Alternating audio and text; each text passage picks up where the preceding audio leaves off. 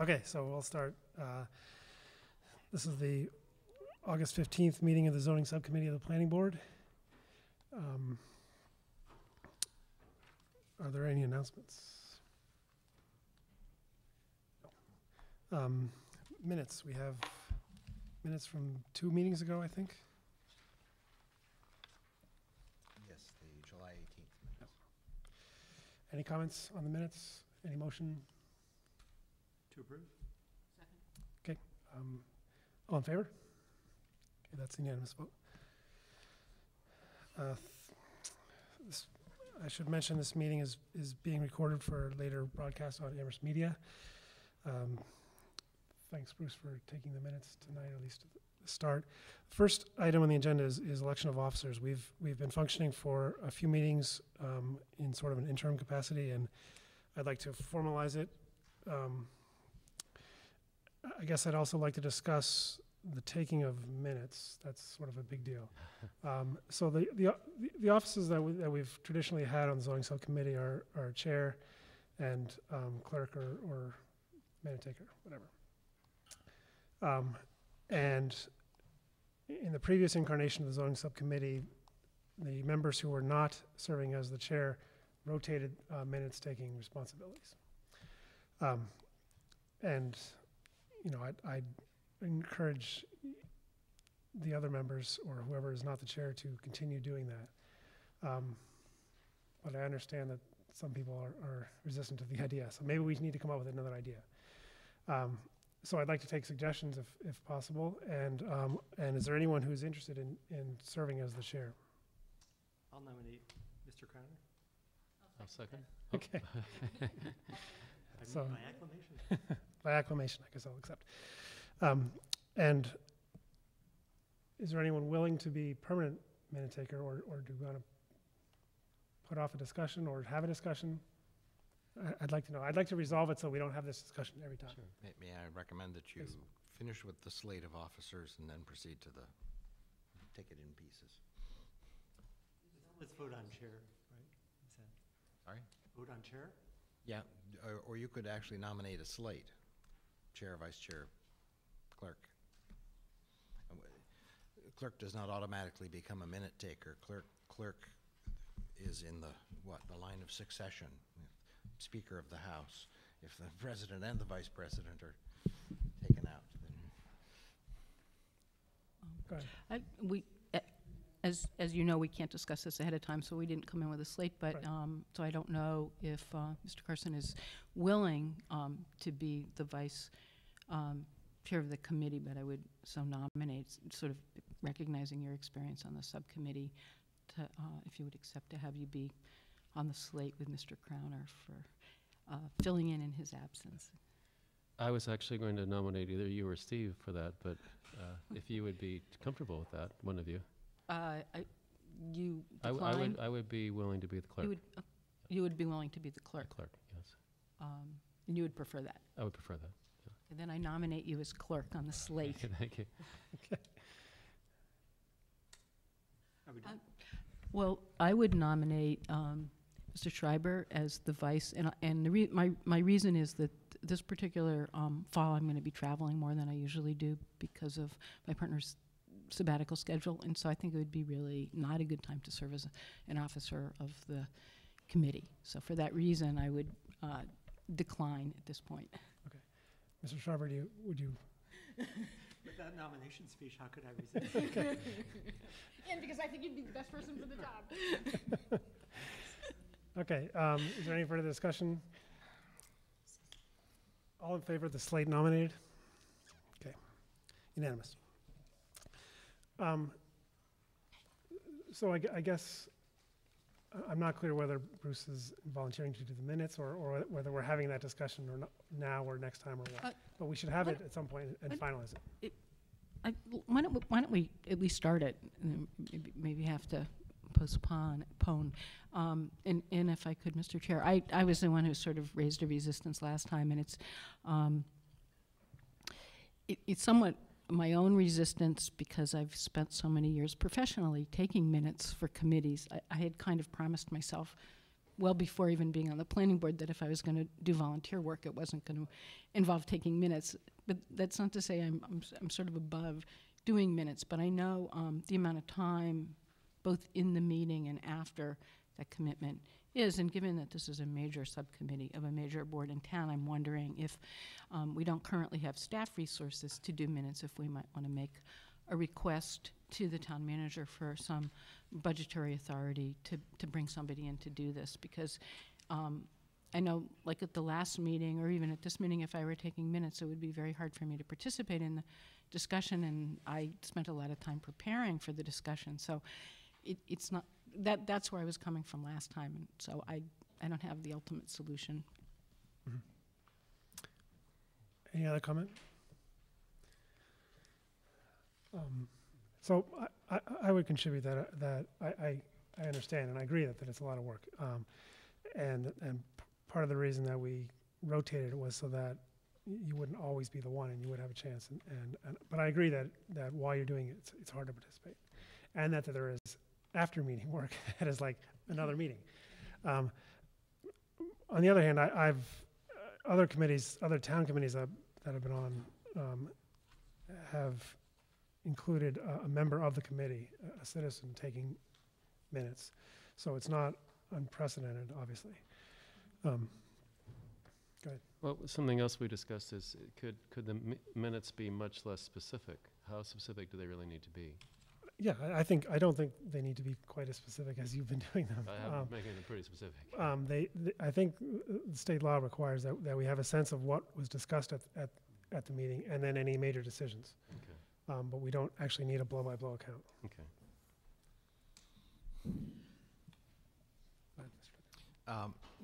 One of the reasons the planning board's minutes, and in fact most of the minutes of the bodies that the planning or the conservation and development department staffs are fairly voluminous, is because this particular cluster of boards and committees deals with a great deal of policy stuff. And it is often extremely useful, and I have to say, Christine and I must do it 2 or 3 times a week, to go back and check minutes from even the late 1960s to see why somebody did something. And unless you have enough specificity for the discussion of the elements of the policy, it makes it very difficult to figure out why, and to decide whether or not that, as the boards and committees go forward, whether or not that's a direction that is agreed with, and if you're going to part from it, why you should part from it and abandon whatever it was doing before. And so it's difficult for this group of boards and committees to take minutes that are like, for instance, select boards, which basically has almost a checklist that says, here's the thing we're going to vote on. What was our vote? Yes, no, maybe. They hardly ever say maybe, but you know what I mean. It just takes, I guess I want to argue for, if not exhaustive minutes or exhausting minutes, fairly full coverage of the policy elements, at least, of a decision. Whether we put in there what everybody said, or just the conclusion and the reasons for the conclusion, that's up to the people who take the minutes. But we need to be able to track why, over time, why you're doing things. May I ask if you could comment on Ms. Kruger's suggestion about asking for... For the reasons I just discussed, there are not staff resources to. I don't have the time to do it because I'm participating in it in sort of as the principal staff participator. Christine is listening and participating as well. She already takes so many minutes for so many other committees that I refuse categorically to allow that burden to get added to her plate. So we don't have the resources. I think Ms. Kruger's suggestion is not unprecedented. The Amherst Redevelopment Authority, which encountered the same, oh, you can't do it, how are we going to do this, used some of their available old funding to go out and hire someone. So that's not without precedent. finding the resources might be more interesting in your case than it was with the redevelopment authority, because you don't have old money lying around. It's always new money. But it's not an unprecedented thing to ask for. Go ahead. Well, I would suggest we explore that possibility, because we do have a legal responsibility which is much briefer than the luxury of having all the detailed minutes. And if we don't really see ourselves doing it, I mean, I personally don't have that kind of discretionary time, and having volunteered for the subcommittee, I didn't realize it involved a minute-taking rotation. And similarly, staff here, I have a limitation in the time I can put in. So maybe we can kind of go along with a somewhat abbreviated version and explore the resource possibility. I'm not exactly sure the route for that may be a letter to the town manager explaining the dilemma, but it does the ARA example reinforces my belief that there's no money like old money. So I think we're going to spend the whole time talking about the minutes. No, not much longer. Go ahead. Since we're just advisory to the planning board anyway, and since we already have a dedicated zoning subcommittee report in the planning board, wouldn't the actual minutes, the full exhausting minutes, be? I see a shaking head. And just from that makes logical sense. It doesn't make legal sense, unfortunately. The law is an ass in that case. I disagree. I think our legal obligation is much more streamlined. You said you liked being able to go back and look up, which is nice, but we don't really have to do that, and we could do tape backup. So I think there's an interim place until we get that kind of support. If I may, the zoning subcommittee needs to have its own minutes, whether those are abbreviated and then the fulsomeness of what you discussed and the policy nuances are included in the report on your report to the planning board meeting. In the planning board minutes, that's what if you can do both, that's fine. What I was saying was you as a standing body that meets on its own have to have your own minutes, whatever they consist of. Okay. Did you have? Okay. I'm going to shut up. Okay. So I'm not really sure how to proceed. I guess I will send a memo to the town manager asking, is there any possibility? But assuming that the answer is going to be no, we need to settle this at some point. Okay, so let's move on. Again, I guess I would just note for the members in the audience, you've seen the agenda. I hope Planning Board has elected to include public comment for zoning subcommittee early in Planning Board meetings to the extent possible. Now, we will take public comment if we can, but we're going to try and get through as much work in this meeting as we can, just like we did last time. If I may, please. I'm sorry. You need to vote on the slate of. We did. You did? Oh, you did. I'm sorry. Did you? I didn't get the vote. I was just distributing papers. All right. So let's start on potential fall 2012 zoning amendments. I indicated last time that I would like to start with functional family. So let's do that. And I'd also like to get to rental registration before we go back to individual housing units.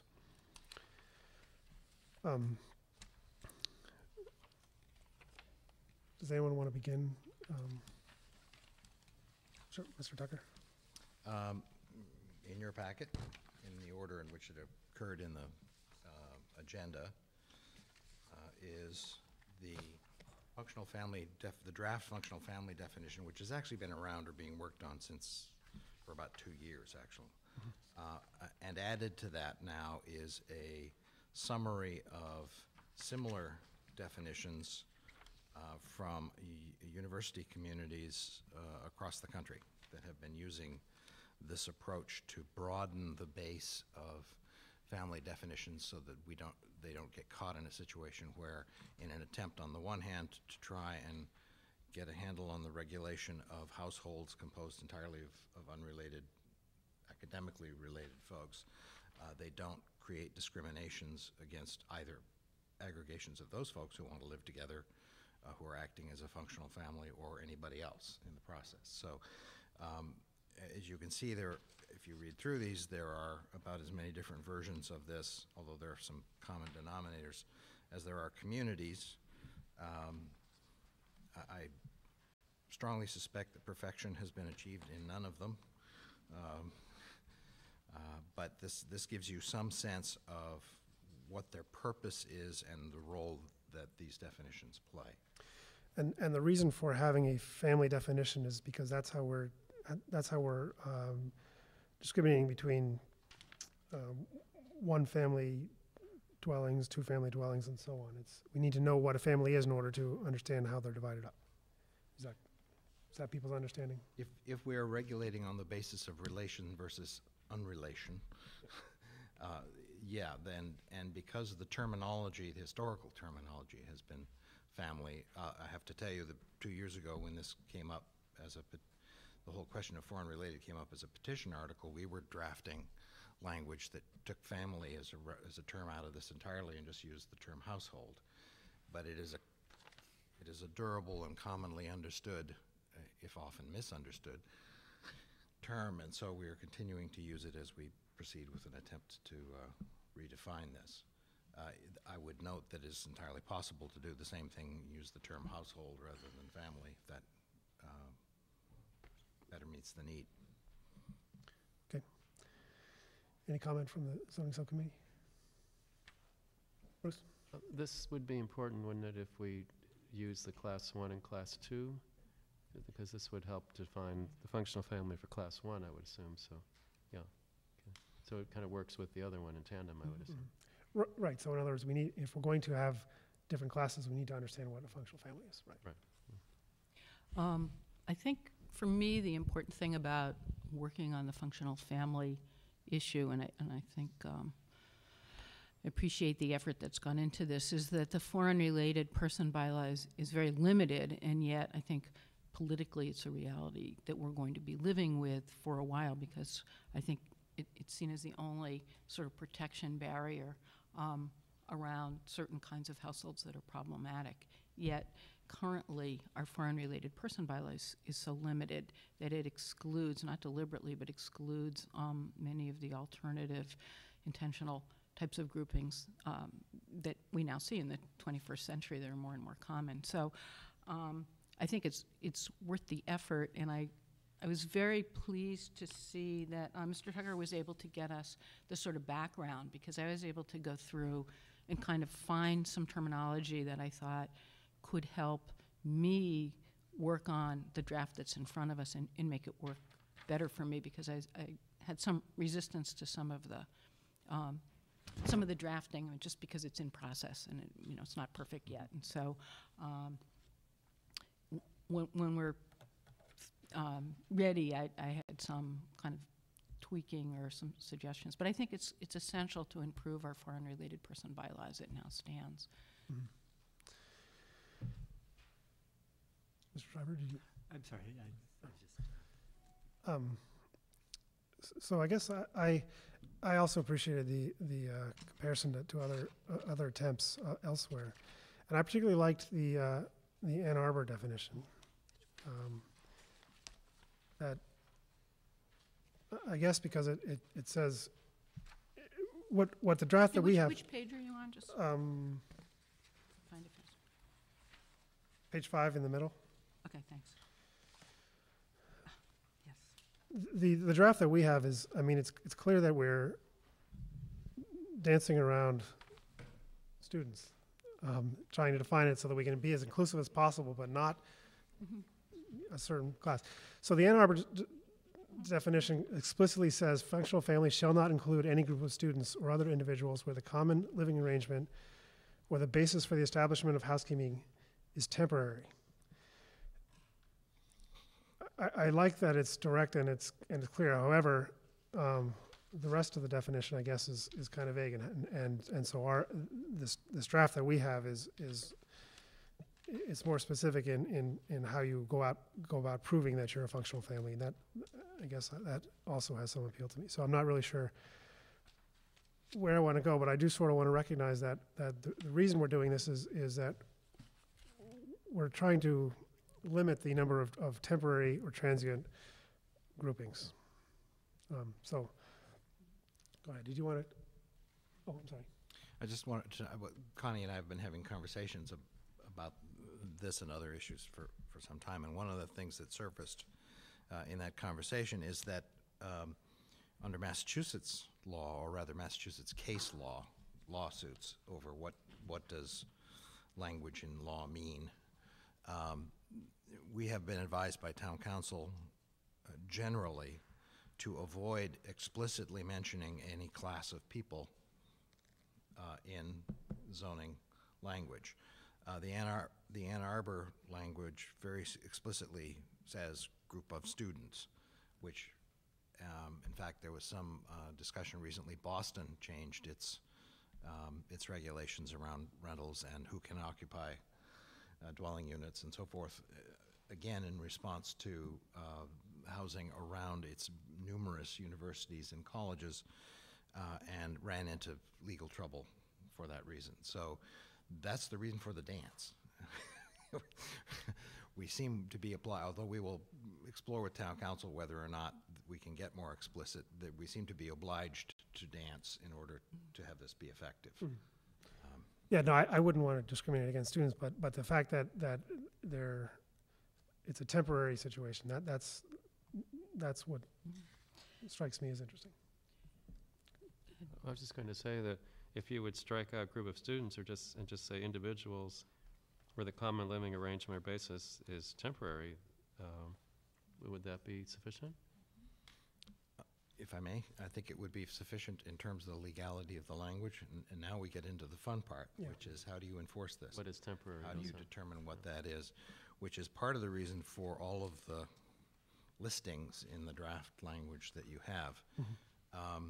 Even at that, we just had a conversation, Chris and I, or Chris did, and then she and I spoke with the building commissioner earlier today, and he was looking at this listing and sort of shaking his head, trying to figure out how he was going to use it. The presumption of this is that what we're doing is we're creating, as with all zoning, we really abuse this image, but it works. It's doors and windows, they open and close. What we're doing is creating a new door. It's not incumbent on the town to open or close that door. If someone wants to come through it and say, we're a functional family, then they have to demonstrate to the zoning enforcement officer that these characteristics apply to their living arrangement. Is that a burden on people? Yes. Is that a perfect way of identifying who is and who is not an intentional and intentionally permanent, whether functionally permanent or not, grouping of people? No, it's not perfect, but so far that's the best we've got. So the presumption would be that a group of more than 4 unrelated individuals is not a functional family, and then those people would have the right to come forth with documentation to show that they are a functional family. The building commissioner did express some reservations about this as a result of how he would take in this information, how it would be stored in town hall. It's private information. Would people want to give their tax returns or their grocery receipts or whatever pieces of paper they have that document how they run their households to the building commissioner? Most things that we receive in town hall do become public documents. Jonathan had some ideas about how those could be set aside and kept in a different place, but it really is kind of it's a complicated way of dealing with a problem. And the building commissioner said that he would turn to this portion of the bylaw as sort of a last resort in dealing with problem properties. He wouldn't reach for it as his first tool. He would do everything else that he could possibly do to correct a situation before he came to this, and he said that he might, if he were to turn to this section, might have to obtain a court order to get the information that he was asking for. So it's a complicated issue. I would note that among the, if I may, among the examples here, one of the ones from Burlington, Vermont, pages 2 and 3, bottom of, or in the middle of page 3, talks about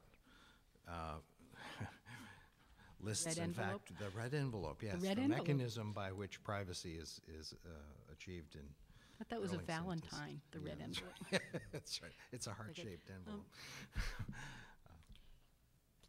If I could, Mr. Chair. I think those are really important points and some of the things I've struggled with. And one of the couple of sticking points I've had with the drafts that have been before us is, if you look at the, and I'm assuming we're on draft 7/14/2012, Mr. Tucker, that's the most current? So 12.143, the last clause says, those characteristics shall consist of the following. And I'm suggesting something similar to I found in a couple of these examples. Those characteristics may consist of the following, but are not limited to. And that's because I think the way this is literally written in this draft, or how I read it, is you had to actually meet every one of these as a standard. And I think what we're saying is any of these could be a standard plus others. And it says in Burlington, Vermont, or page 3 of that handout, it says may include but not limited to the following. And so I think that opens it up in a way that partly makes sense. And the other piece is whether it's a presumption that you're the four unrelated unless you go to the building inspector for verification, or the presumption that you're a family unless there's a challenge based on a grievance or a complaint. So when I'm going to buy a house and I'm going to live with 6 people from my meditation community, I will really resent having to go to the building commissioner and get permission to be defined as a functional family before I purchase that house. And that's kind of how this plays. It says you go to the building commissioner and they give you that golden ticket. Thou art a functional family. And I think you decide you're a functional family, and if challenged, then the building commissioner may ask for that documentation. So I think if we flip it a little bit and have the building commissioner, as Ms. Brestrup just said, have that ability to request that proof if there's a suspicion based on a complaint or a grievance. Otherwise, everyone else is kind of functioning as a family. And we have some really nice language in some of these other examples. One is talked about demonstrable and recognizable bond, characteristic of a cohesive unit, or based on intentionally structured relationships. So maybe with softening with some language, we can embrace alternative types of families and intentional groups of people living together and still exclude who it's not intended for. So those are the main sticking points I've had and some ways to maybe fix it. So the town does a lot of, I assume all towns do a lot of probing as to who lives where for all kinds of reasons. So I'm thinking of this form I get every year, the census form that says that I must fill this out under penalty of something or other. Basically tell who lives there, and I believe it asks what the relationship is between the people that live there. I must do that within 10 days or something happens, but I think that's so we're already, the town is already gathering that information under some, That's voluntary, the town census. Is it? Because it says you must, I think. What happens is you become an inactive voter, and then you have to go through this whole process. My assumption it was used for voting and for schools, but it doesn't actually say what it's being used for. Right. But so I guess I don't see the kind of the privacy issue because it's already being requested for other reasons. If I may, I don't think the presumption in putting this together is that people proposing to live together would have to disclose before they do a specific use, particularly if it's a single-family residence. Nobody's going to know. The town certainly isn't going to pursue it. The town, for most of these things, unless we're talking about rental situations, for which in a year or so we're going to be dealing with rental regulations. If we're talking about households living together, nobody pursues that unless there's a complaint. And if there's a complaint, then it only gets pursued if there's a problem. Complaints are not necessarily equal to problems. So the presumption with this is not that this is going to be a sort of you come in to hit the town line and you have to pass through this filter before you can reside anywhere. It's going to always be after the fact. It's always going to be almost always in response to, oops, there's something going on here. What's going on here? Hey, what is this household? In order to deal with some specific regulation or other. It's not up front. It's after the fact. Then I think maybe we could clarify the language to be clear about that. I think, based on this discussion, I'm not clear that we can convince town meeting that this is even necessary. I think town meeting will be looking to this. If we bring this kind of article forward, they're going to be looking at, how does this protect me? And I think most people will say, I don't understand how it's protecting me. It looks like it's loosening things, even if it's not. So I'm struggling with the need for this, really. If I may, I think the place where this will serve probably most often, as we were just talking about, when does this get invoked, is if there is a circumstance, there's been a complaint, maybe it's about cars, whatever it is, and the builder commissioner or the zoning enforcement officer, whoever it is, comes in and is looking at the circumstance, and there are more than 4 people there, and there's no immediate evidence of relation, whatever that means. And so that will then trip a question, is this or is this not for unrelated persons? Unless we have a place to put that is not one of the categories that we already have, or unless we want to try and amend one of the categories that we already have, 141, to be more inclusive and embracing, that's when there will be a problem, when we would run into a problem of discriminating against folks who are in fact not representing a set of impacts in their surroundings. Right. So no, I agree that this does serve a useful purpose. I just think we should be clear that it's not really going to serve the purpose that the other or some of the other amendments. It's meant as a balance. Yeah. Right. Any discussion? I'm just wondering if we could, recommend another iteration of this with some of the changes that either other members or myself have suggested, and maybe, take a look at that, and if Mr. Tucker was amenable, or what you thought of those suggestions, pulling from some of these other examples. Happy to do that. Okay. So you're going to redraft this? Is that what you're saying? Okay. So I guess I would like to suggest that the characteristics listed under 143 be written in such a way that it's not easy to check them off and have 6 students say, I meet this, I share the entire dwelling unit, and so that it's not easy for more than half of them to be easily met by common ownership of vehicles and furniture. That could be easily met, I think. Employment of a majority of adult householders in the local area, that seems to me a little squishy about how easily it could be met. I mean, if this is going to ultimately be a legal proceeding or something, it just seems squishy to me, and I don't want to bring this forward to town meeting and say this is not going to result in students being able to live in a large house. So we're happy to attempt that. Yep. Did you?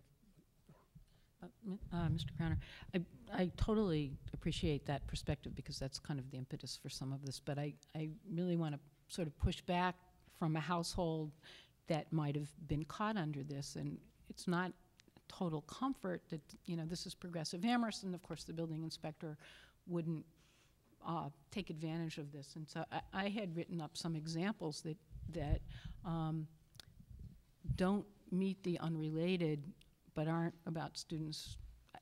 I personally don't think that many students are going to be kind of with this to be able to do that. That's true. But not that there's always sort of scofflaws and cheaters and everything, and if you design it so tightly, you end up with a, you know, sort of bad law. But I'm thinking of a situation for older people, my current situation, something like single retired person, best friend from childhood comes to live with them, best friend has a partner, there's a live-in caretaker for the retired person, and then they decide to have a live-in college student in their house.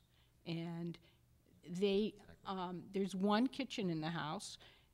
By agreement, based on different dietary needs, there's 3 food storage areas. Meals are only shared occasionally. All furniture is owned by the homeowner, who asks that all the other occupants store their own furniture, and all bills are paid by one person. So, again, if you had to meet all of these in a strict construction fashion, you might be eliminating the 75-year-old and the best friend who said, you know, so there are a lot of other scenarios, and I just want to be really careful that we don't put something on the books that knocks that out. I agree. Go ahead. See, to me, that sounds like a functional family because it's a very mindful household. And so particularly the care, I mean, a lot of it, but the caretaker part, I mean, I do think that there should be an exception for, you know, for that particular circumstance. So if we can, For yeah. adults plus Yeah. one. I noticed in some of the examples that it said, you know, and live-in help. So that might not be the, you know, there were like 3 Yeah. of them. And live-in help was an exemption, so. Yeah. But I think if we can combine a broader set of language with a change that talks about the characteristics, including some of the following but not being limited to them, with some of these other changes, I think we can address that. And bear always in mind that the household that you just described, for instance, nobody's going to know about that or care about that unless they're parking on the neighbor's lawn or having wild parties all hours of the night. You know, bonfires in the front yard. You know, it's just, it's not going to arise. But that notwithstanding, we don't want to create a law that depends on you know, social convention. We want to create a law that works. Further discussion? I'm done. Okay. Were there more? Do you have more? No, I don't, but that was an interesting one. Okay. Is there anyone any member of the public who wants to say something specific? I don't want to have a long discussion about this, but if there's something that we've missed or something. Go ahead. Could you come to the mic, please? Tom Airgood, ZBA liaison. I just have a question. You're not talking about this in the framework of permitting decisions. You're only talking about it in terms of enforcement actions. And to me, I look at it and I think of this as there's an application for 2-family homes. And so if that there you're functional, you're going to be looking for what the applicant assures you about how he or they will determine whether this is a family. So I think that I just would suggest to think about these in a permitting context and not just in the sort of a review survey kind of complaint context. Okay. Let's move on to rental registration requirement.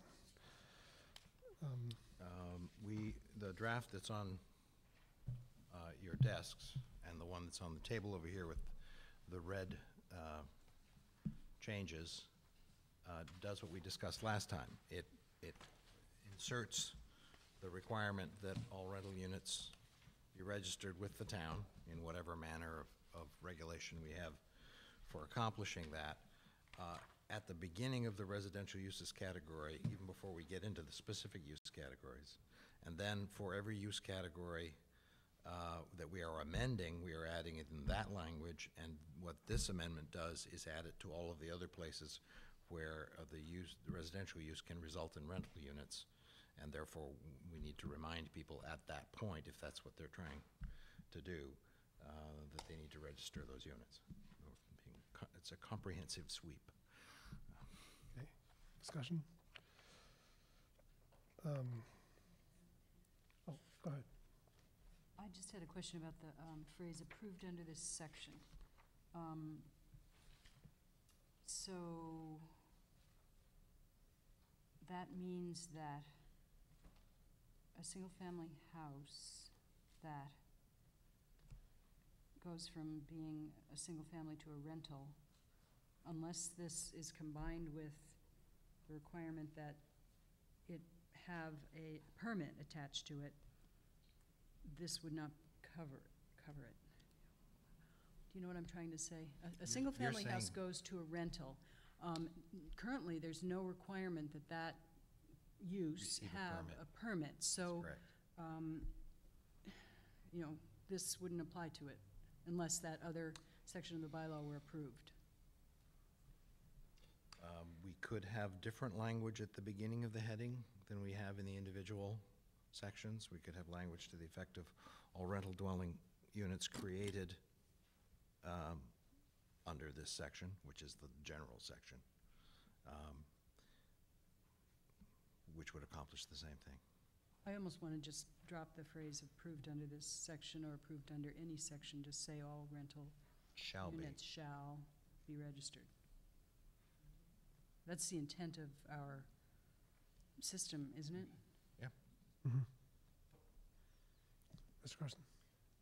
I was just going to say, wouldn't there be some language added to this perhaps about the class 1 and 2, if we go in that direction, or would that not be No, needed here? we have this exact language, currently exact, we may re-exact that, under each of the specific amendments, which are, occurring on separate pieces of paper here, whether we're talking about 1 and 2 family dwelling units, converted dwellings, and so forth.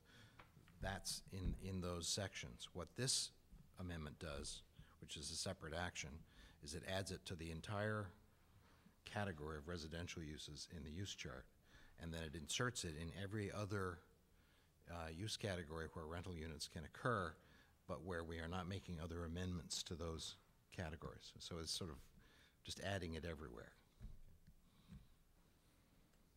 So is the proposal to bring the registration into the zoning bylaw versus I guess it's really, so, It's to take it, it will be to put it in the general bylaws. It's currently under Board of Health regulations. it's currently called rental registration, but it's trying to be upgraded to something else, residential permitting or a rental permit. So my inclination is that if it's already a law somewhere else, that we don't have to make it, actually, if I can just talk this. Go ahead. So in other words, if it's already being handled by the Board of Health, I would rather have a overarching comment that all other applicable Board of Health or town bylaws must be adhered to. Otherwise, we get ourselves in all kinds of problems, like the rental registration system changes its name, and then we have to go back to town meeting just to change the name. So it's generally a principle that if somebody else is handling a particular law, that they should be left to that, and we can certainly refer to it broadly. I think part of the challenge, two things. First, part of the challenge there is that the Board of Health is not expressed interest in anything beyond registration. That's what their regulations do now. They're not interested in regulating the rest of this. Secondarily, we could change the language, including Chris's amendment, to all rental units under this section shall be registered under rental regulations of the town of Amherst, or applicable That's rental fine. regulations of the town of That's Amherst, fine. and just Yeah. take formal titles out of it entirely. Yeah. I just had a question. I see it says note, a similar requirement's being proposed in separate amendments for rental, single-family detached dwellings, duplex, and And is that what we're talking about? Is this the separate amendment, or I'm not really clear? And a question I had is, prior times when something like this has been considered, there's been some exemptions, like if you're only renting your house for 6 months, you weren't under it. And I don't know if what's being contemplated under the note contemplates any exemption at all at this point in time, because There is a discussion, well, first let me say that whatever rental regulations the town adopts will include the need to register rental units. So the argument about how much, which rental units to register or to regulate will occur in that place and not here. So if we just say whatever the rental regulations are, you got to register it in the zoning bylaw, then what we're doing is adding that requirement to register under zoning. Right now, there is a discussion going on about the distinction between rental uses as an economic enterprise and rental uses that are a very temporary thing. Someone goes away for on sabbatical or whatever. And trying to make a distinction there between those two, so that we're not imposing what is essentially a commercial regulation on what is a non-commercial use. But the place where that conversation will occur is not here; it's over there. So, if this is important, I guess I don't understand why we would be adding it to the very top of section 3.32 and then also in sections below. For purposes of bureaucratic Duplication, okay. duplication. Okay, so then how about also in this article adding single-family homes, duplexes, converted Because- dwellings, and then if in case those fail, that we at least get this Oh, I see language what in you're there. saying. And then we can do this at the end. If those pass, then we can just move them without those Sure. sections. We can do that. Put them in here in case. with the changes that were just suggested in the language about whatever those changes were, we all seem to have consensus on. I would be ready, if others on the committee concur, to recommend to the planning board at their meeting tonight that we go ahead with this with the amended language, so we could maybe move this into a final discussion. If we have enough time between the end of this meeting and the planning board meeting, elves can go back in the planning department and generate those changes so that the board can look at it. Yeah, I would agree with you. So, is there a motion or do you want to? Nodding heads. Do we need a motion? Typically, the board. I'll move that we, the zoning subcommittee recommend article blank, rental registration requirement, as amended through our discussion to the full board for consideration tonight. Okay. Is there a second?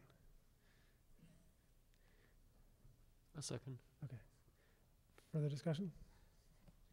The only reason I'm hesitating is we haven't heard from the, but of course, we have a public hearing. Yeah, there'll be a public hearing, yeah. And we're just recommending, but I'd Yeah. certainly like to hear. Sure. Okay, so, The planning board, too, will discuss this. Yeah. again, is there anything that we've missed? Go ahead.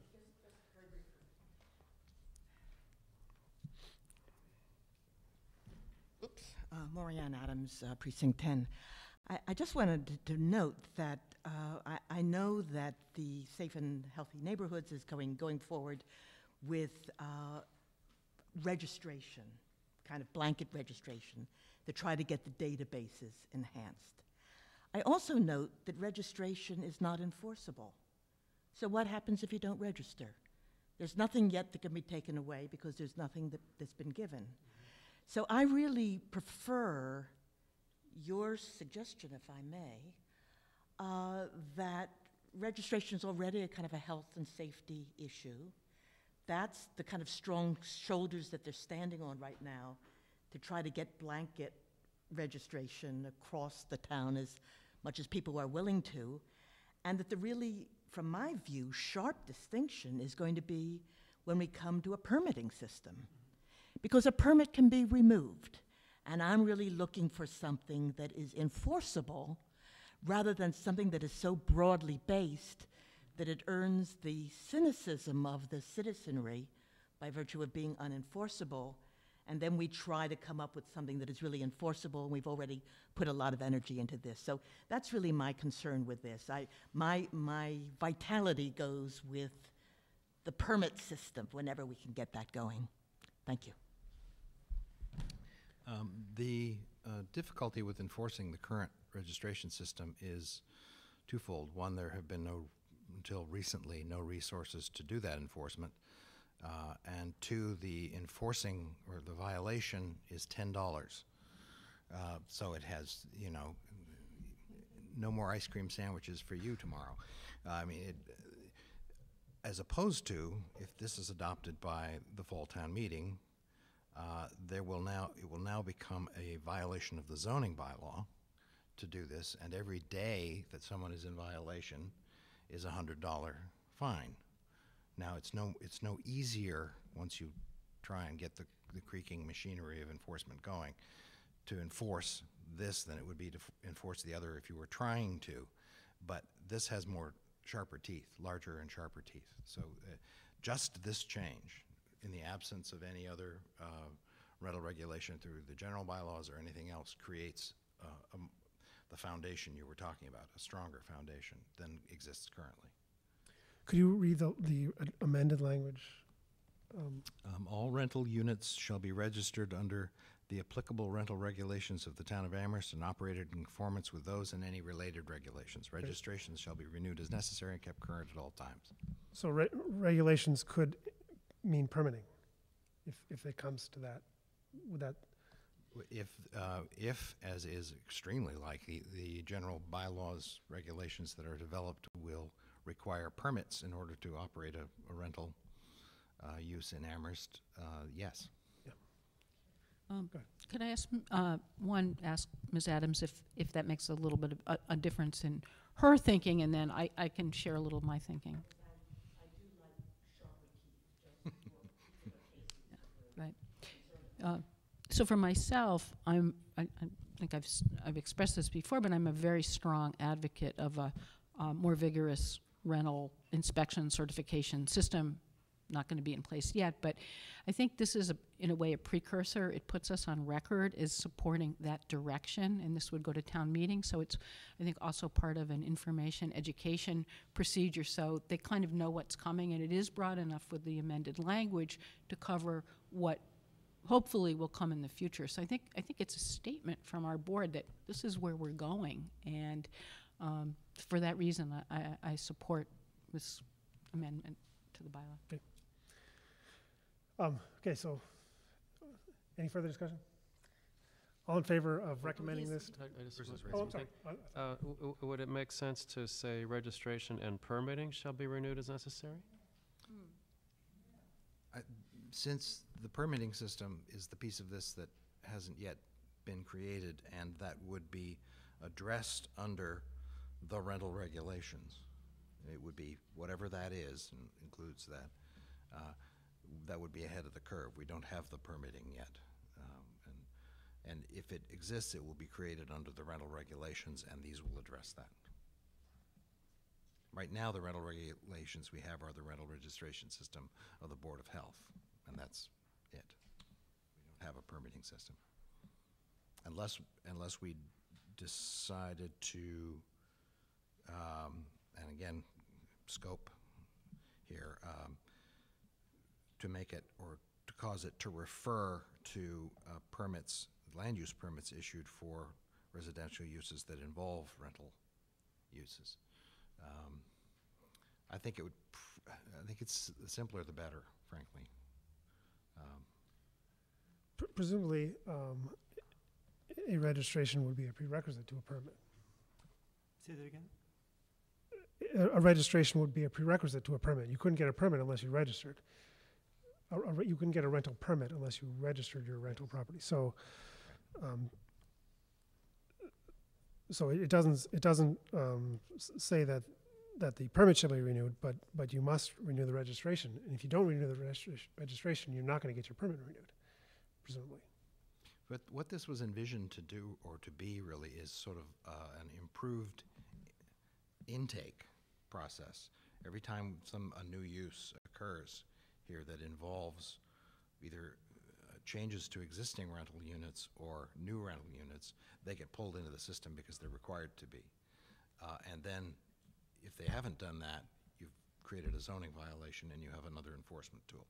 It wasn't originally intended to go beyond that. It's the task of the rental regulations themselves to talk about permits and so forth. Mm-hmm.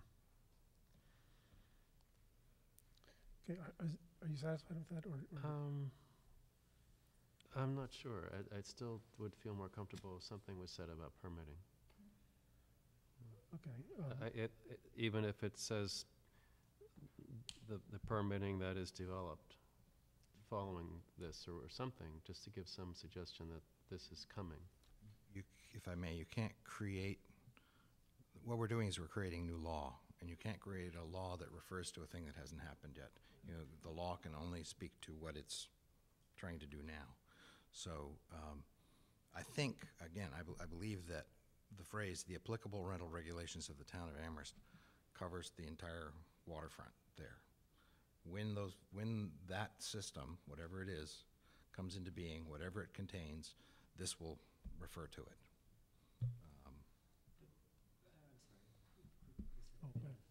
I was just going to say that when the rental, pre-rental inspection and certification program comes about, there's going to be an opportunity to change this section of the bylaw to reflect whatever that system says. So there may be some tweaks that need to happen in this language next spring or whenever we adopt this new system. But this gets us started. I'm hedging my bet a little bit, because I actually think the discussion that you can't appear on the registry unless you've met other regulations. It's the other way around. You can't get a permit. You won't be able to when the system is created. You won't be able to get a permit and operate a rental operation without being registered. Right, probably both ways, right? So in other words,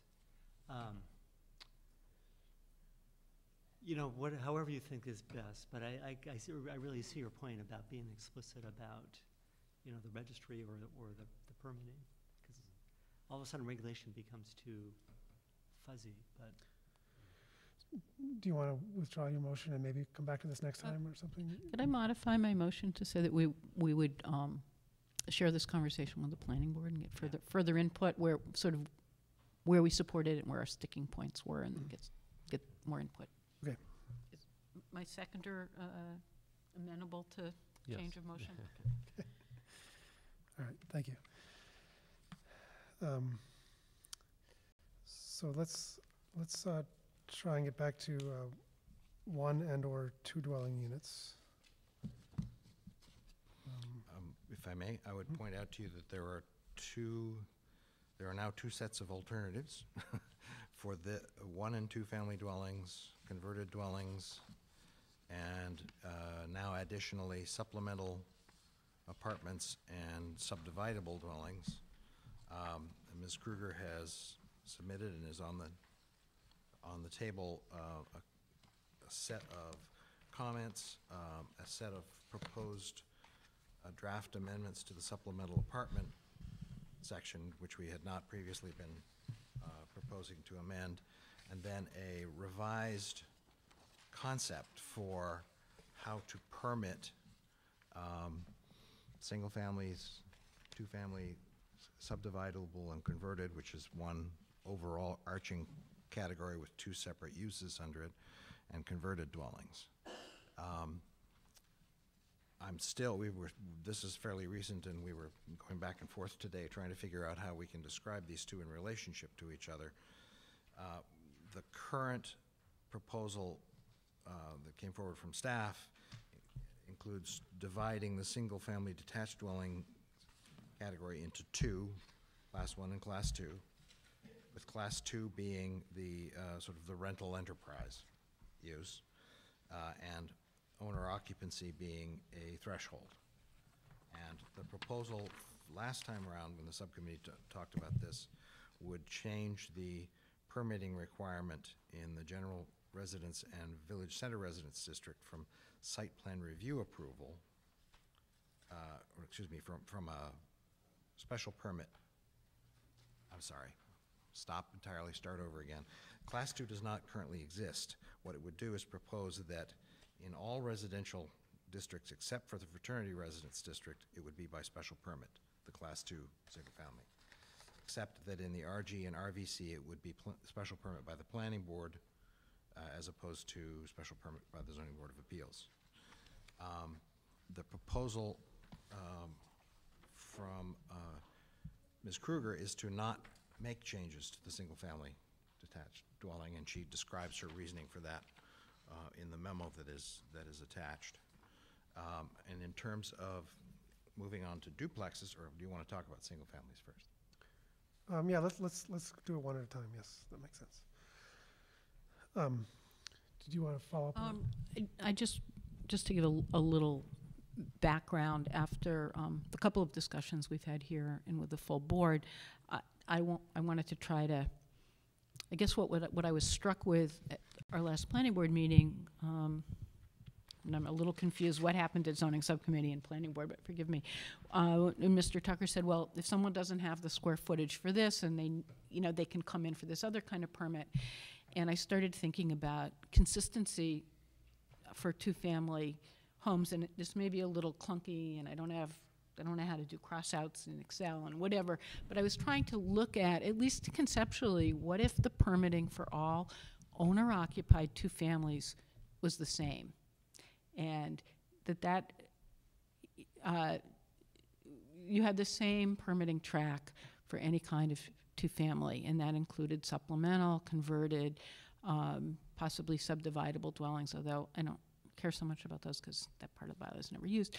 So I was looking at consistency, and to me, to sort of mangle a Gertrude Stein, a two-family is a two-family is a two-family.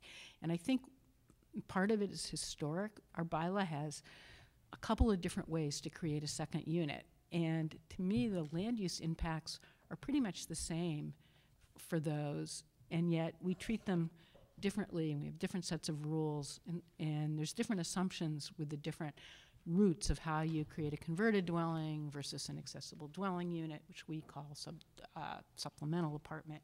So I was playing with that, and it was helpful for me to try to sketch it out. And Mr. Tucker and I weren't able to actually meet, but we had, I would say, colorful exchanges in writing, and I say colorful because we were using different color fonts every time we replied to each other, so it was really quite colorful, and it really helped me to sort of think through and maybe improve what I was thinking with his comments, and I hope maybe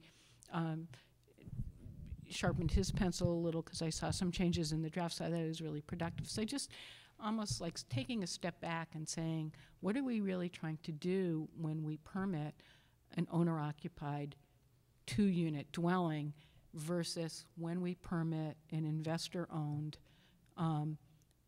single-family, perhaps, but certainly two-family or three-family, and to make those consistently by special permit. I chose special permit planning board because I'm thinking this is a front and center issue for planning board, and if they were doing all the reviews on the special permits for these, it would be a really important feedback loop for where we want to go with our picture of zoning and land use around this issue.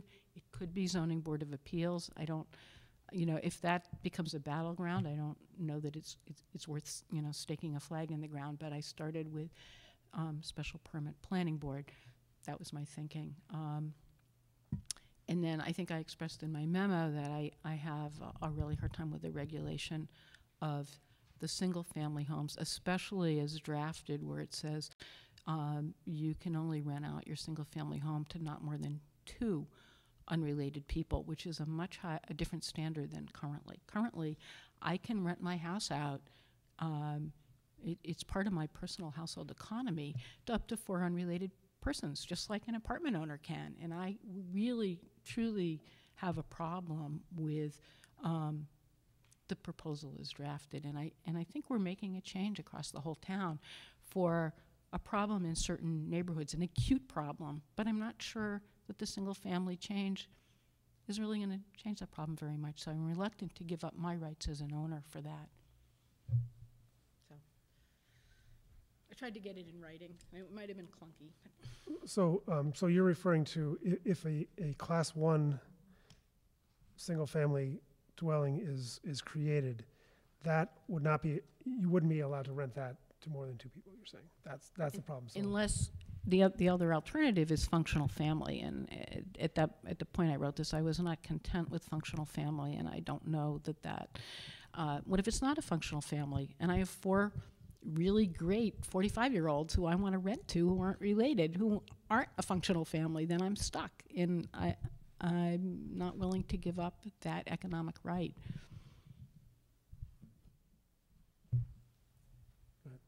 I'd like to speak to a couple of different issues. I don't necessarily have an argument with Ms. Kruger about that.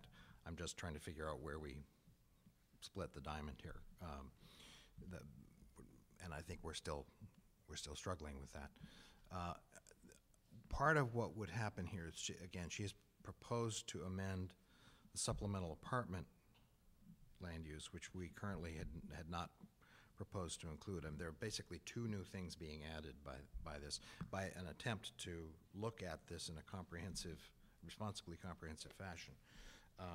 But it also expands the scope of what we're doing, which automatically includes more complexity. Supplemental apartments are accessory uses. They're not intended to be principal uses. There's language, some of which she is tentatively, for the purposes of having the discussion, to remove, that describes what how the use is accessory, that describes its purposes, because at the time that these changes were made, which was about 6 or 7 years ago, I think, the language was amended to allow for the supplemental apartments to become simple rental units as opposed to small rental units, but rental units as opposed to simply units created for family members or for related household members, which is what their principal use had been prior to that, and what the ZBA and those looking at them from a permit standpoint had been considering them to be. So we had expanded on this, and some of the changes here move that around. Again, this is in draft form, and we can talk about that. I'd like to talk about just the larger issue of, I'm not convinced that we need to address supplemental apartments. It's a special permit process. The units are small by design. They do not require additional lot area on purpose because they're small by design. Whether small, the small that we have is the right small, it is a small. And it's just the question that I have is the threshold question with that, whether or not we need to include this one. I have more of a difficulty with supplemental apartments, with subdividable dwellings. That's a use category that was created through petition. What it was envisioned to be is essentially a large single-family house that under a special permit could be converted, either built for or converted for the purpose of going from 1 to 2 to 3 units and back down again, or jumping around within that under one special permit, and with the changes being signaled and reviewed only through the amendment of a management plan. And it was intended to allow for the expansion and contraction of households over time, as they do. Children grow up, and sometimes they move into the attic, and sometimes they move away, and you need a rental space, and so forth. It was an intent to create a flexible, large household. It has never been used. No one has ever used it. It Yes. requires One ownership. One person has, the person who was the petitioner. Oh, okay. We have one, which speaks to the scale of this under the rubric of what we've been trying to address. It requires owner occupancy. It does not allow for anything other than owner occupancy. It requires that the structure look like a single-family dwelling. And again, my question here is not whether or not that needs to be amended at some point. It's whether these 2 use categories whether there is a pressing need to create a consistency that includes these two use categories and therefore expand the scope of what we're doing.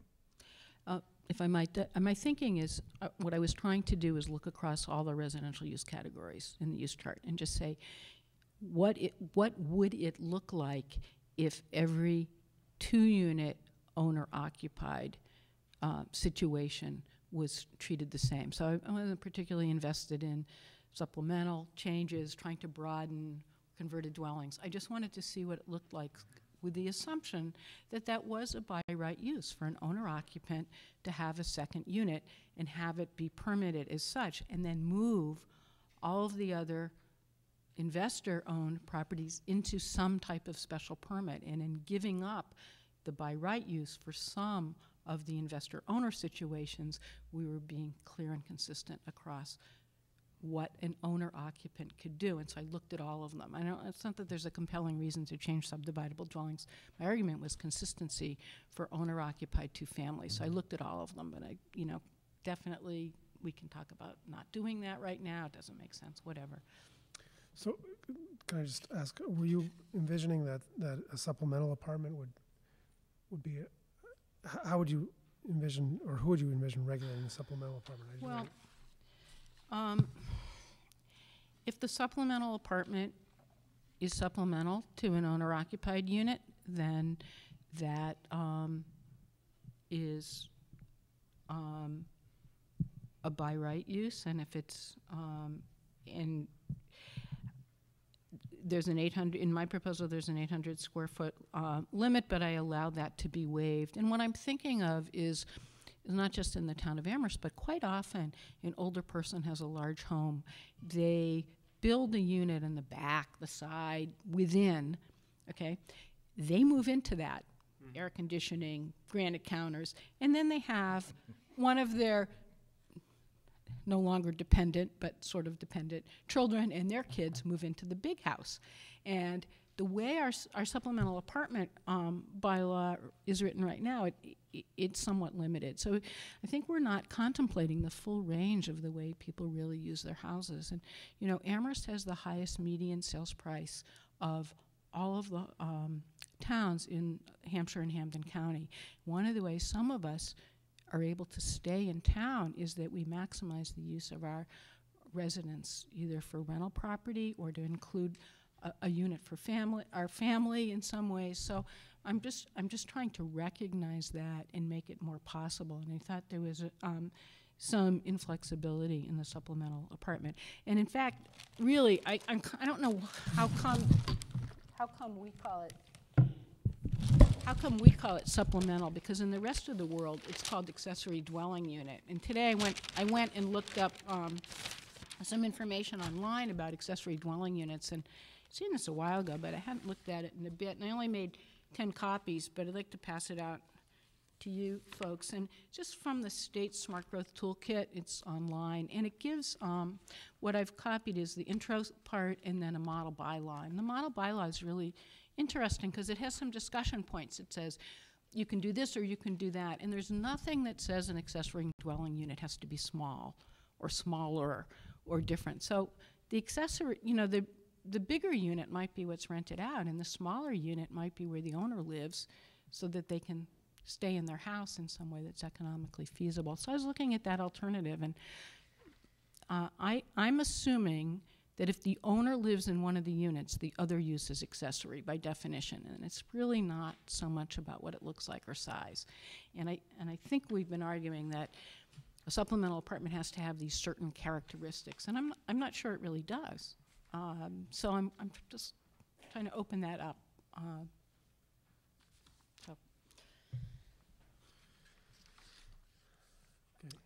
If I may, the part of the reasoning, and I don't invest much in it, but the part of the reasoning, and a number of other communities nearby do this, including Northampton, for having accessory units, whatever you call them, smaller, is to retain the notion that the principal use on the property is the single-family residence. And the various constituent elements of what principal is Does that accrue to where the owner lives? Does that accrue to the size and potential impacts of any individual unit? The historical precedent, which you rightly place in a larger context, is that these have been units, small, interior or predominantly interior units with very little new additional construction associated with them, that are included in, and that I think the language that's proposed to be changed here is incorporated as part of and subordinate to. They're supposed to be, the historical precedent goes, part of the larger principal use. I would welcome that discussion. Again, my question here for both of these is whether the subcommittee and the planning board want to, having just pruned a number of other things off of their work schedule, want to add, this conceptually, this makes a great deal of sense. The question is whether you want to add this to the work list for the fall. Thank you. Any discussion on that? I think I need to think about this a little bit more and maybe come back next time and Why yeah, present it? thank you. Okay. But I think you've raised some interesting points, interesting perspective on it. So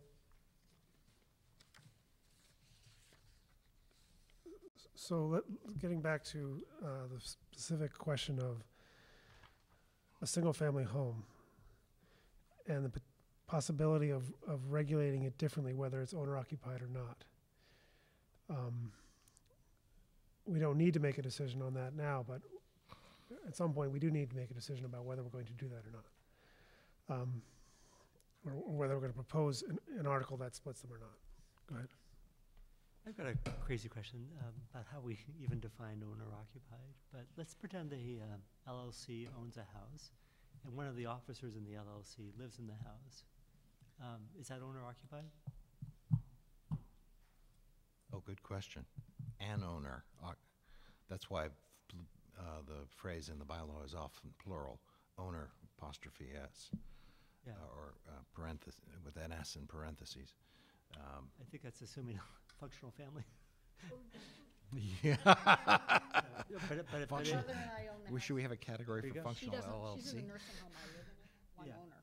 yeah, but The presumption has been, yes, that if there's one owner present, so if the owner is a LLC, and then just because the assumption is that owner is a human, and of Yeah. course LLCs are people too. Corporations are law, are humans, yes, people.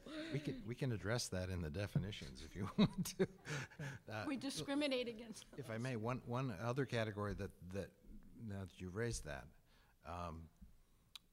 we don't see tons of it, but we see some of it, that parents will come into town looking for reasonable housing for their children, Yeah. and will, with their children, buy a unit and have their children on the deed. So one of the undergraduate students living in the house with however many other undergraduates are living in the house is an owner of the house. And then you have a by right use, and then how are you dealing with that? We're not attempting, that's not a major issue yet, but we're not attempting in any of this to address that because it gets into thickets that I'm not sure we could get back out of. What we're trying to do is address in a straightforward way the more straightforward problems. I was just going to say that the same question occurred to me as occurred to Stephen, but it was in regard to someone who might have a home occupation or a home office, and he might have constituted his office as an LLP or an LLC or even a corporation, and he might have that entity own the house, but then he might live there or she might live there. So I think that's something that we have to consider, that just because the owner is called X, something different from a person's name, doesn't necessarily mean that the owner doesn't live there. It's an ownership interest, it's a predominant ownership interest. If I could ask a question, I think an underlying assumption with the change on, to two classes, including changes to single-family homes, is that is quite a prevalent problem. And I know we've heard anecdotally that it is a problem in some neighborhoods sometimes, but I don't think we have collected very much data on what that really means. And if I could just finish, it's not hugely economically sensible for people to buy single-family homes in most of the neighborhoods and rent them as single-family homes, even with foreign-related students. The economics don't work. So there may be some historic artifacts of somebody has a home and they're no longer using it and the mortgage is paid off, or they bought it a while ago and the economics do work. But I'm not fearful that investors are going to be buying up single-family homes and renting them out. So until I have more facts, it's hard for me to embrace that change as proposed. If I may, we have some of those facts. In fact, Mr. Karlstrom presented them. Some of the problem properties he was describing are single-family rentals. There is a distinction that helps to confuse that, which is that there's a difference between, police reports on incidents of noise or whatever, and where those are being reported, and the number of formerly single-family homes that are being acquired by investors. Often what happens is they'll acquire it and they'll rent it in the meantime, and it may or may not be a problem, and then they wait a while, as long as they're organizing themselves and getting their financing together, and then they apply to change it to a duplex. And that's the pattern that's been happening. The issue is whether or not the pace of acquisition of those single families and their conversions in that first stage to single families that are rentals is resulting in problems. And I can't give you that data now, but I think it is, I would guess that it is at least equivalent to the problems that we're having with duplexes. Well, if I could follow up that thread, and then I'll be quiet because I want to give other people a chance. But I think if we change the bylaw for two-family investor-owned, it will shut down that interim because there isn't an end goal of buying it, renting it, and converting. It puts the conversion into a different category. It's special permit. It's a discretionary use that can be denied. So I think that interim type of situation, while maybe problematic, will be shut down if we change the two-family. And so that's why I'm in favor of changing the two-family rules and holding off for now on a change to single-family and move towards the vigorous rental registration. So that end of my part. Okay. Any other discussion? So you're suggesting not going forward with a single family at all this fall. You're not suggesting that we focus on duplexes first and then in a month come back to single families. Okay. Correct. What you first said, yeah. Okay. We can also separate this out. This is part of the discussion that's been ongoing here, is whether or not there was a model in this earlier version that staff put together where you have the class 1 and the class 2, and since that model was being applied to both single families and the category called duplex, they were both included on the same document, but they don't have to be in the same document. They can be treated differently. Okay. I'm personally not willing to let go of single-family homes right now. I still think that it might make sense to regulate them differently. Please.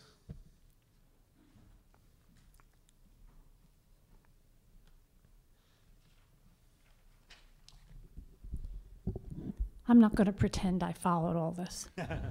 Janet Keller, 120 Pulpit Hill Road, Precinct 1. But I would like to ask a question of Ms. Kruger, if I may. Would it make a difference if you were to learn that LLCs have begun to buy up single families on Grantwood Drive? Would that change anything?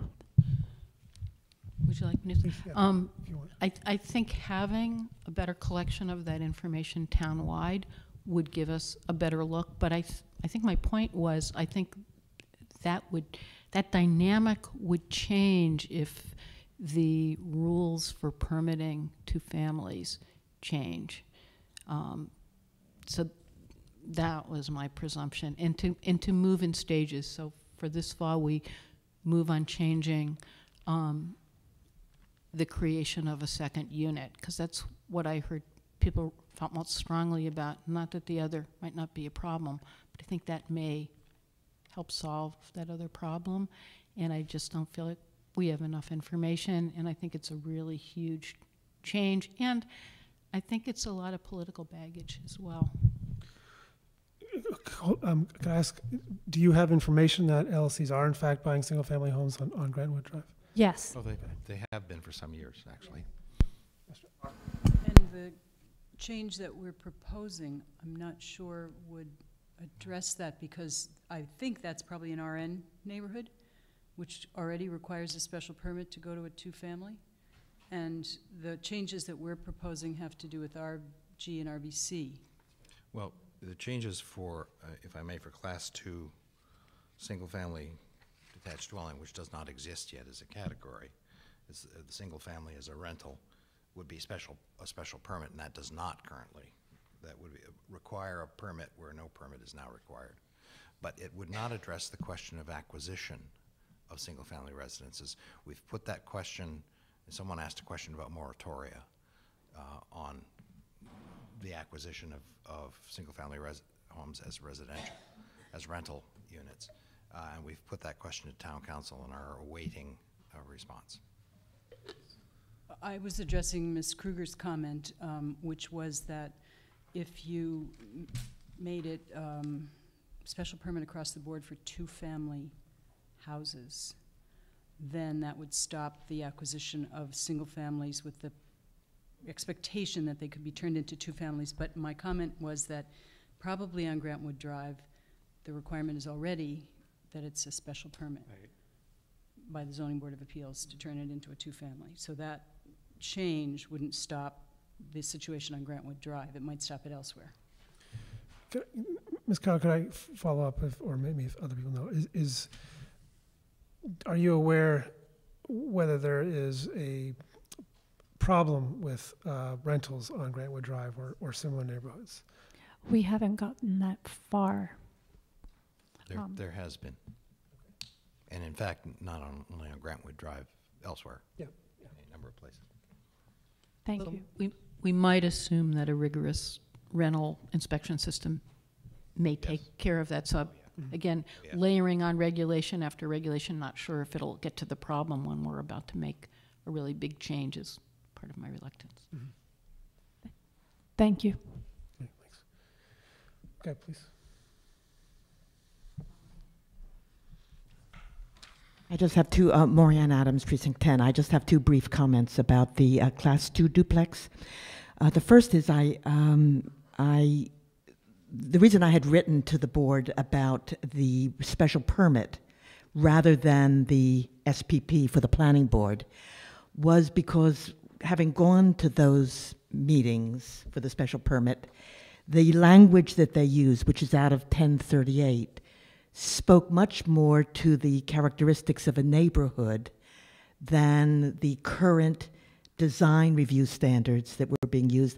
And I see that Mr. Tucker is very eager to engage with me on this, so let me pause for a moment. Let me, if I may. I think I don't want us to go too far down this road because I think there's a confusion occurring. There are 3 sets of permits that have lots of S's and P's in them. SP is special permit by the Zoning Board of Appeals. SPR is site plan review I get that. by right by the planning board. SPP is special permit by the planning board, and the 10.38 1038 would apply. would Okay. apply in those instances. Okay, so I mean, that was my concern. My concern was the criteria. The second is, I gather that the language that is in the current proposal is not intended so much as a description of the current situation, which we know we don't like and which we hope eventually to curb by permit regulations. If this is what you're proposing going forward, I really would like to object to it, because I think we're arguing as forcibly as we can for the RG and the RVC that in duplexes, that there be an owner occupant. And if there is not an owner occupant, I think I would be willing to back up enough to say, well, then a resident manager or person responsible, because I think it would need to be somebody over 25, because I think what we're looking for is curbing the kind of behaviors that seem to occur when you have 8 or more underage people living off campus without any supervision. So when I first read this, I thought, well, maybe he's just describing the way things are, and we're going to try to curb that. But if this is going forward language, I really did want to object. Thank you. I'm not clear what language you're referring to. The standards and conditions for a 3.3211 Class 2 duplex. And you were, it... Class 2? Yes. That it requires a special permit under all circumstances. Yes. But I wanted something stronger than that. I really wanted to stipulate. I did not want that to be a judgment call, I have to say, for the special. It's not. Class 1 duplex is part of the definition. I understand Class that. 1. We're talking is about Class that 2. There's an owner occupant present. Yeah, we know that's by Class- definition.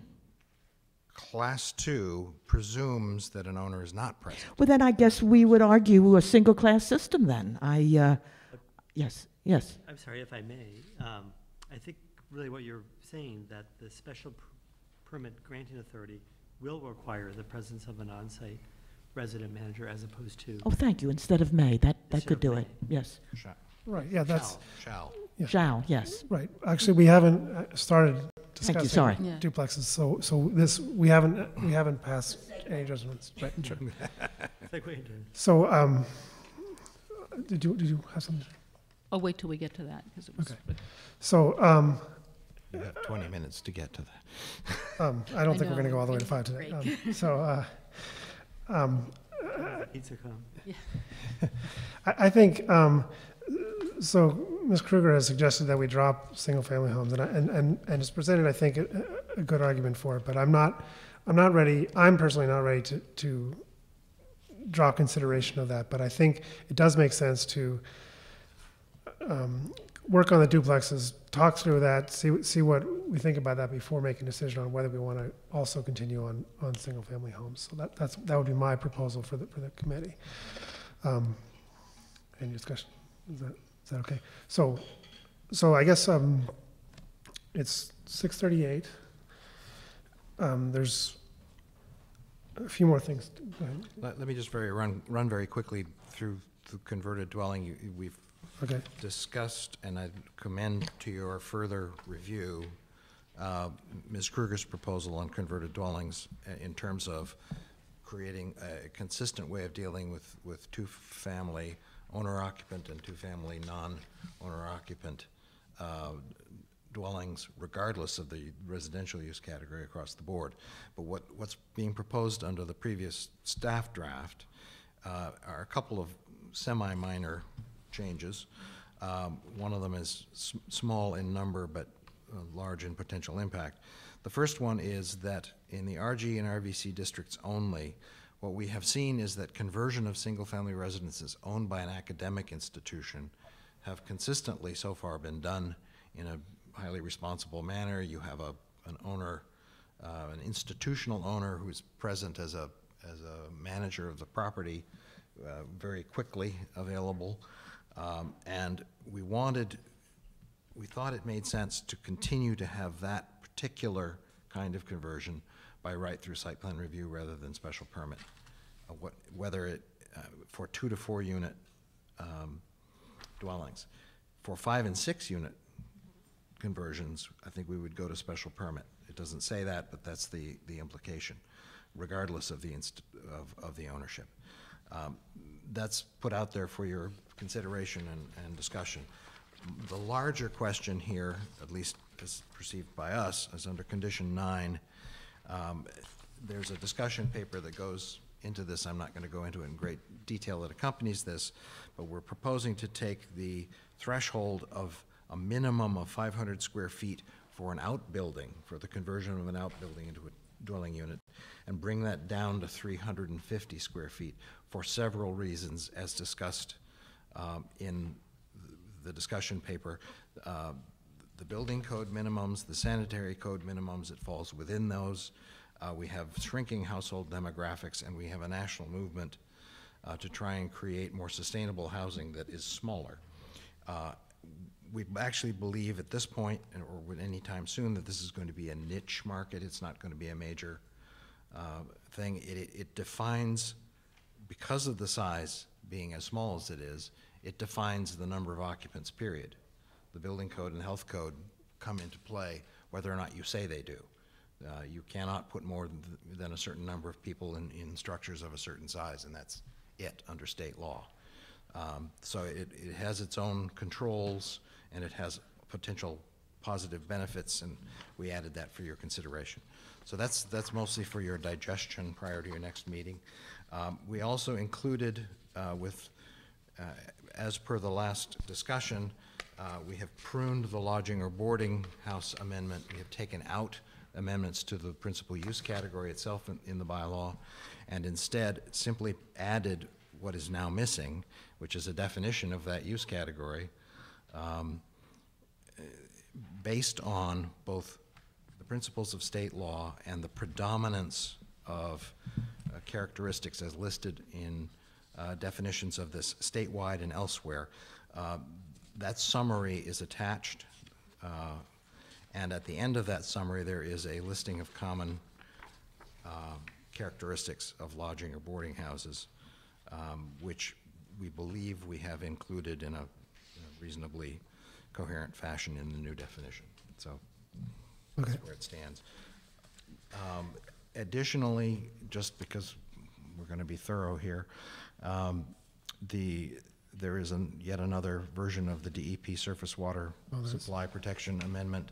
It's not any different than the previous ones. It's the same definition that would go forward, hopefully to a public hearing reasonably soon. I don't understand. There is a new definition, or there's not? It's not a new language. It's the same one that has been there before. It cites directly in two places in the bylaw the state Commonwealth of Massachusetts regulations that under which DEP establishes what can and cannot happen within a certain distance of a public water supply. And it is complementary to, supplementary to regulations the Board of Health is going to be developing to bring us into compliance with state law. Right. Okay. Any questions, comments? I would suggest next time that we, as we did with rental registration, try and finish off lodging and boarding house so that we can make a recommendation to the planning board quickly and get a hearing scheduled, and then go to duplexes next. Does that sound good? Yep. I just wanted to tell you that I'm going to be asking if you would like to set up a public hearing for the DEP amendment. I'll be asking that of the planning board tonight, so the schedule would be September 5th for that zoning amendment public hearing. And I just wanted you to be thinking about that in the next 15 minutes during your break. Okay, so answer it. Okay, so at the very least on September 5th we will make a recommendation. So the question is, should we meet in 2 weeks, August 29th, which would be an off week, not a planning board meeting, but it would let us move along on things that we need to do. I'm inclined to meet, and I know you said you're not going to be available. I'm wondering if, given its summer schedules, if we could meet earlier. I have it's my daughter's 40th birthday that night, so I wanted to have dinner with her, but I could come earlier. So if people's summer schedule allowed us to meet a little bit earlier, maybe we could take care of some business. Turns out I would probably be able to come. Can members meet at 4 o'clock? Mm-hmm. I can. Is that okay? 4 o'clock on August 22nd 29th, I think. or 29th? Yes. Sorry. I can without looking at my calendar, so if I can't, carry on. Potentially. Yeah. Is there any other business that we need to take care of? I don't believe so. Okay. Thank you very much. So let's adjourn.